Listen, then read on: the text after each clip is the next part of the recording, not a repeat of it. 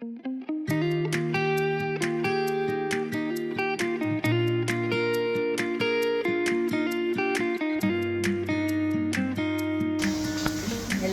mga kasinsin. Okay, papakita ko lang sa inyo kung paano ako mag-workout in the morning. Simpleng workout lang kasi hindi naman ako pwedeng mag-workout talaga ng sobra. Kasi bawal sa akin. So, simple-simple lang tayo. In the morning, ang ginagawa ko, mag-uulagutan lang kasi ganyan. For 100 times, gano'n. So, gano'n lang ako, morning. And, ganyan. So, 100 times yung ganyan na ano. And then, after that, gano'n na ako. 100 times din. Ganyan. 100 times din yung ganyan ko. Then, squat. So, guys, yung gano'n sa squat.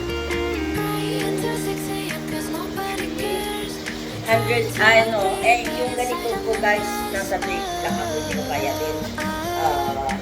Ayun, tapos ganyan, walking.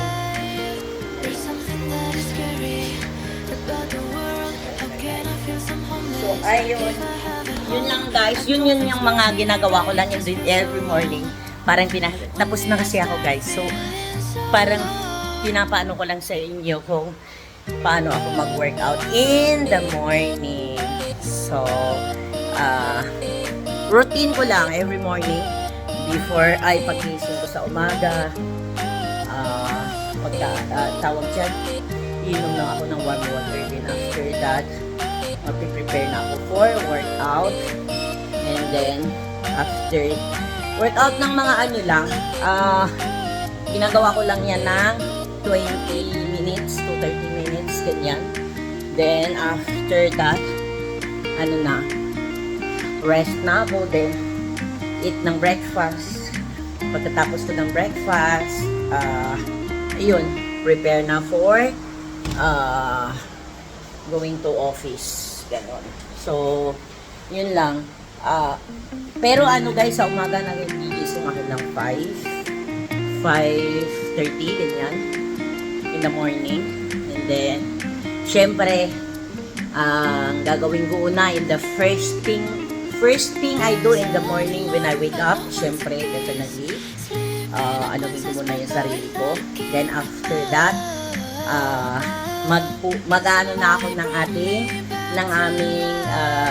page. Siya nga pala, hi sa lahat ng members ng DM Army. So, yun, magpupost lang ako ng greetings sa ating DM Armies. Tapos, then after that, yun na, mag-start na ako ng prepare for my workout. Workout ako. Then, para lang maano yung daloy lang ang dugo sa katawan ko. Kasi, yun ang payo sa akin ng aking doktor. Ayun.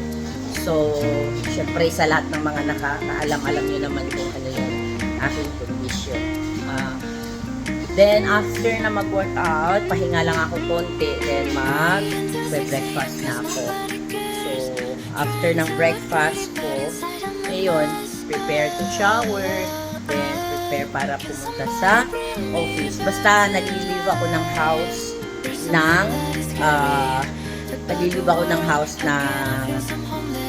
8:30. Parang na yun,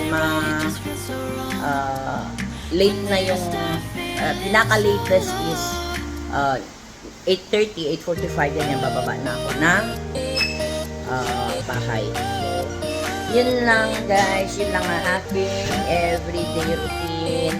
Thank you sa inyo lahat. Thank you so much sa lahat ng mga nag-subscribe at saka magsasubscribe pa. And sa mga magsasubscribe pa, don't forget to subscribe, like, and comment sa ating YouTube channel. Maraming salamat and God bless. Thank you so much. Bye!